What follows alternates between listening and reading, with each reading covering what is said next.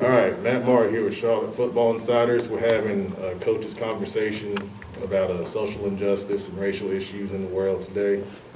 With us today, we've got Rocky River Athletic Director Steve Robinson.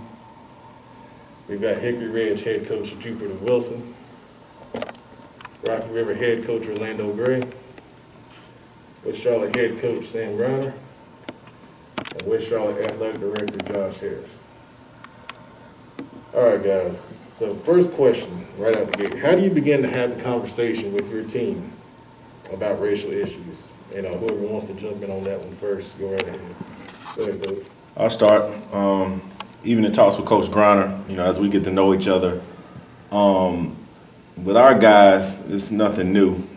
We've had this conversation when I first started coaching there. We had life conversations in our leadership groups once a week. And each week, as we got closer, more guys started telling stories of experiences they had as well as coaches. So we've had this conversation for the last 5 years, in some format. So, when everything happened, what's going on in the world now, we've already kind of had those discussions. And, when we were able to meet with, some of our guys on Zoom to talk to them, see how they were, doing. Of course, they were upset, but because, it's sad when, the kids are saying they're not surprised. That's the sad part and the most disheartening part, and talk to our guys and just like, man, Coach, I'm not surprised. That the mindset is that way. But as far as conversations, it's been smooth for us just having the conversations. The thing about our guys that we're definitely proud of, they're thinking of solutions. How can we better ourselves to help our community?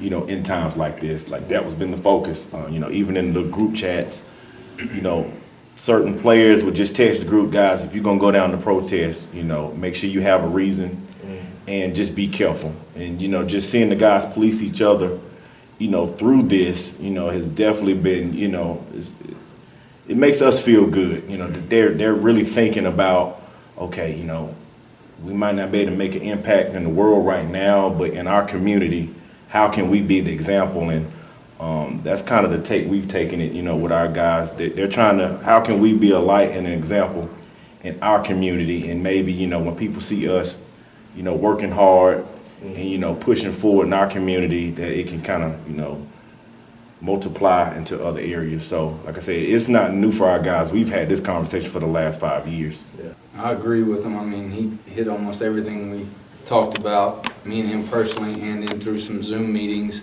I just think, like you said, it's important to open up conversations. Let student athletes know that you're comfortable talking about things. There's nothing wrong. And the more you get comfortable around each other, the more you can communicate, the more things come out that's deep dwelled inside you, and it helps you learn, because we all can learn from each other. We really can. And that's the whole key. How well can we listen?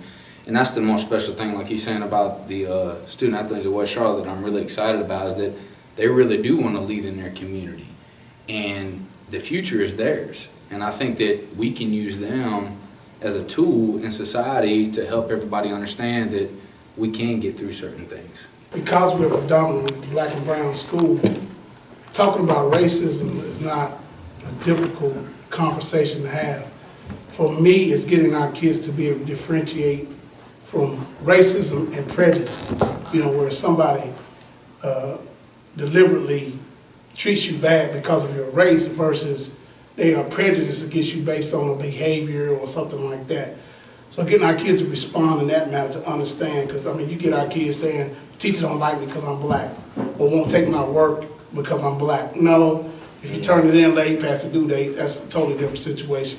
Right. Getting them to understand racism and really the systemic issue of racism, of how it started and where it comes from and why. And it's to depower our community, or a people of color community, or a minorities community. And so when we start talking about those issues, we talk about here at Rocky River about how you need to be a better husband or a better father than your father, or the absence of your father. That's going to help you down the road. And so being a black man or a brown man or yellow man, you wake up every day with that skin tone. You have to understand you're going to face certain adversities just because some people are sick. They believe that they are better because they're not of color, or they think you are less than. And so education, I think, is the big key. And so that's the things in our conversations with our kids, trying to educate them on how do you become better, as both coaches have said, how do you become better? How do you help your community? End of the day, I believe we'll never end racism, because I just believe people are going to wake up with that ignorance, believing that they're better. Yeah. Not just whites being racist, but even blacks or Hispanics or people, all different people having a racist point of view. Unfortunately, that's the world we live in. But I do believe through the things that we saw happen, I say in the black community over the years, we kind of have gotten numb to it, and just kind of expect it to happen. The fortunate thing about COVID-19 is that folks, everybody has had to watch it because, being at home or not, going to work as usual. So not only blacks have watched it, but white folks have watched it. Hispanics have watched it and say, man, this is crazy that this is actually happening. And it's played over the news day in and day out. So it's not something that has just been smoothed over. So I think having a discussion at this point in time has been easier than in times past because, you will have people say, I don't see what's wrong. I don't see the issues. Now everybody are starting to see issues. And I think the more we have the conversations, the better we educate ourselves about each other. I think we will rid it to a degree, but unfortunately, I don't believe that we'll ever get rid of it.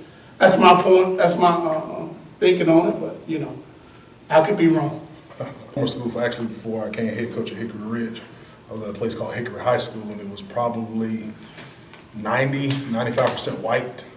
I went to school there. When I got there, I want to say we had about 6 or 7 African-American kids that were there.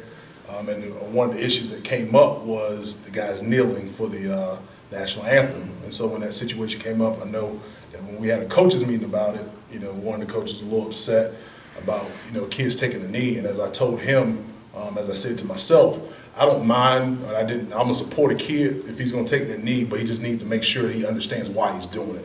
And so that was my big thing as I talked to those young men, at Hickory, and then when I transitioned to Hickory Ridge, I didn't know how I was gonna approach it. Kind of a little different situation here. I don't go to a predominantly black school. It's probably 60-40 black-white, have a majority black kids. I'll even say about the same on the football team, but when I end up having that story that was shared with Langston Works and it was put on the Charlotte Observer, it kind of changed some people's eyes. So I actually had some parents, some white parents, black parents that sent me personal emails and some Facebook messages. Hey, sometimes we didn't see things like we're seeing it now. What can we do to help? So once that kind of barrier is broken mentally for me, it was easier that we had probably a couple Zoom meetings, and I want to do a little bit more in addressing those things with the majority of our kids, black, white, and everybody in between. And one of the things that's different there for me, dealing with white kids, dealing with black kids, everybody doesn't see everybody's lifestyle or life or whatever goes on. And the biggest thing I want them to understand is just try to put yourself in somebody else's perspective. And I think that's the biggest thing that, when you're dealing with racial issues, is not that somebody's going to see it just the way you see it, but just make sure they understand that everybody doesn't get to kind of live in the same, manner as the next person. And one of the things I always told kids and just tell people in general, I said, when I coach football, not here at Hickory Ridge, but when I was at my former school, I've been called the N-word as a coach, shaking hands and all those type of things. And you hear those things from the stands. I've been, talked about, hey, coach, you got too many black people on your staff. Like, that was a conversation that I've had with a principal, not here at Hickory Ridge, but just kind of, thinking about all those things as I transition to Hickory Ridge, is trying to get people, kids, my players, everybody to understand that everything's not going to be from the perspective of, what you see. And I was excited. I had a couple, one of my players, him, his dad, sisters, they did a visual, that type of deal at the Harrisburg Park And you had about 300 or 400 people there. I showed up trying to show support to him. But I was good to see that, in that community, that somebody wasn't afraid to, as I say, on Twitter every once in a while, stand up and speak out. So that's where we are right now. Some of our team did take a knee a couple times during the national anthem, during football games. And our coaching staff, we supported it. And like Coach, alluded to, why do you want to do it? And when our kids laid down why, as a coaching staff, it was like, who are we to, tell them they can't based on experiences? Some of the experiences they had, we had also, a lot of times with our student athletes, because they see us as educators, mentors, father figures and brothers, sometimes they don't really know. They think sometimes we're perfect because we're teachers. And, the opportunity we've had when we share some of our struggles and our encounters, just like when Coach, his article, our staff, we shared some of our encounters and how we were treated, it was like, dang, okay, Coach. Like I told you, we understand what you're going through. And I let the team know, I said, if one person's going to do it, we're all going to do it. And everyone did it. It was cool. You hear chatter, but like I said, we're really worried about the noise. On another note, and I think we took a couple of beatings in terms of the penalty. I think we pissed some people off because we did that. I kid you not, that first game that our guys did it, and I watched the people that were getting ready to conduct the game. You could tell by their faces that they were excited. At halftime, the penalty count was 27-1. And we talked about, I said, guys, we're gonna have some people that don't understand your perspective. But I said, we're gonna rock with it. I said, I know what you guys are feeling. So, and it was great for us. Our school, they were fine. The coaches supported it. The kids supported it. So it's a lot different for me. The views is different. My thing is now is how do you teach the young people that you're in charge of or over to conduct themselves or move forward?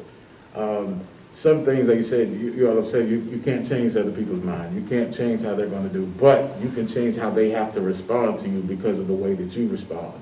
So you got to be proactive instead of reactive a lot of times by initiating me or having different conversations to bring everyone together. But the thing is, we have to give something tangible to move forward with. To sit around and talk is great, but with the steps of saying, okay, what's next? And it's like a lot of times I say, so what, now what? Now we know what's happened, now what? Now what are we going to do? What are you going to put in place to help this young man who's going to be, possibly leaving practice to drive home, to get pulled over possibly, or to go into the store to already be assumed that you're like this because of the way you look. So those are some of the things that the conversation has to be directed towards. What do you need to do, and this is why. So that's the way I look at a lot of it, like I said. But as far as like the stories, a lot of times when people say stories, I mean, the stories probably going for days and days about it, seeing it as a youngster, knowing about rallies that happen, playing rallies that happen. So it's a lot different for myself, is the way I view it. But the one thing I was taught is how to be able to, present yourself or work within what you need to work within. So that's my take on it.